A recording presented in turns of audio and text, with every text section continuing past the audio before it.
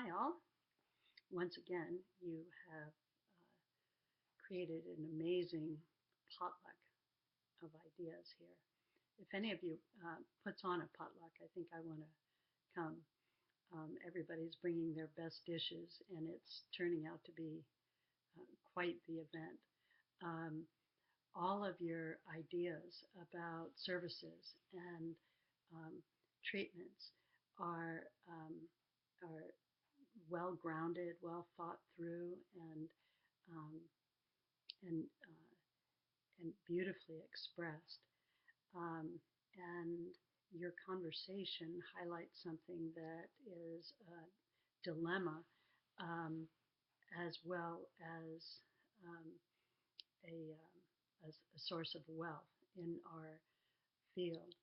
Um, it is wonderful that we have so many options, and so many different approaches.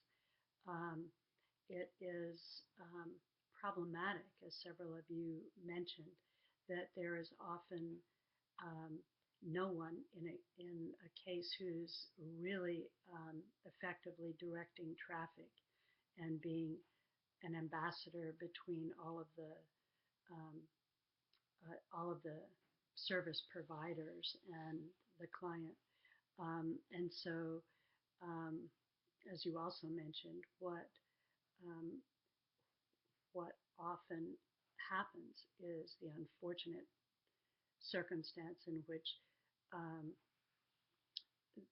the caseworker is just trying to um, somehow piece together all of these um, assignments, and the client is more focused externally on meeting all these requirements than on actually um, uh, being self-directed. And um, and so in that situation, it's really hard to feel like, as a client, that you have a sense of self-efficacy and a sense that you're grounded on your own chosen path, and you have professional helpers. And this is particularly sticky in a situation where the welfare of children is involved. Um, so um, um, I would uh, I would think aloud with this case, with all of the um, people who are handling it. Um, how are we going to, who are we going to appoint to be the one clearinghouse person, the one um, traffic control person, the one ambassador um, between the client and all these services?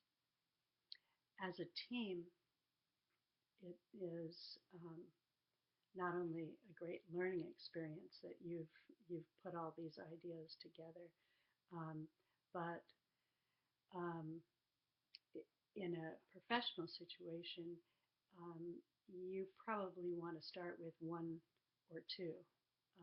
So what might make most sense is to go through these possibilities and then choose several from which Ben can um, that you can teach him about, and then he can choose how that's gonna which one is going to work best for him, um, and and and then keeping very closely in touch with him about um, how that's working for him, how he knows that it's working, and um, what else he needs. Um, as you mentioned, he has a tremendous amount of insight, and he has relationships, and it's very important to him to be a family member and take care of his family. Um, and so there are strengths here that uh, will support him a great deal. I think that uh, peer support would also be very important for Ben, just so he doesn't feel like, he's the person um, uh, who's struggling, and then he's surrounded by professionals um, who are um, examining him and asking different things from him. Um, there are many people who can be of assistance, and his family can also be involved with NAMI and get support in that way. So those might be things to consider. Um, as far as too many services, it, it very often um, happens that way, and it's actually, in my view, sloppy practice that is more meeting the need of workers who want to feel like they're doing a good job, or agencies who want to cover themselves, and less meeting the needs of the client.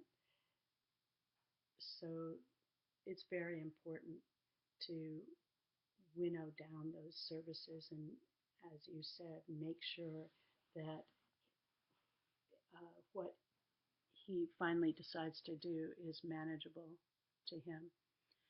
So, yet again, a wonderful conversation. And here we are launching into week 13, and you're almost home free here. So, go for it.